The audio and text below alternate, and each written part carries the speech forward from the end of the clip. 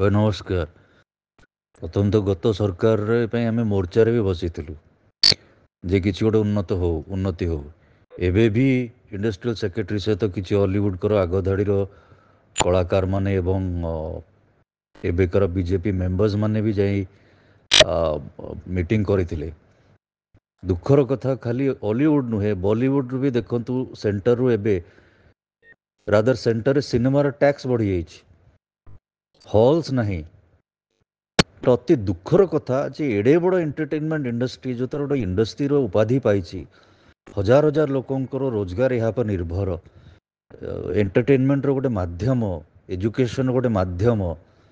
ଆଉ ନୂତନ ସରକାର, ସେ ବି ବିଜେପି ସରକାର, ଯେଉଁଥିରେ ଯେ ଆପଣଙ୍କ ରବିକିଶନ ସେଣ୍ଟରରେ ଅଛନ୍ତି, ଆପଣଙ୍କର ସନି ଦେଓଲ ସାହେବ ଅଛନ୍ତି, ଏମ୍ପି ଥିଲେ, ଏବଂ ହେମାଜୀ ଅଛନ୍ତି ମଥୁରାରୁ, ବାବୁଲ ସୁପ୍ରିୟ ଥିଲେ।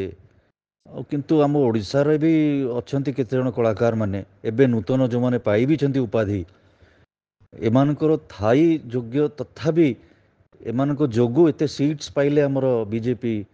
କିନ୍ତୁ ସରକାର ଆମମାନଙ୍କ ପାଇଁ ଏ ଯାବତ୍ ବି କିଛି କଲେନି, ନା ଇନଫ୍ରାଷ୍ଟ୍ରକ୍ଚର, ନା ଡେଭଲପମେଣ୍ଟ, ନା ଟ୍ୟାକ୍ସ କଥା। ଏଇଟା ବହୁତ ଦୁଃଖର, ବହୁତ ବହୁତ ନିରାଶା କଥା ଆଜ୍ଞା। ଧନ୍ୟବାଦ।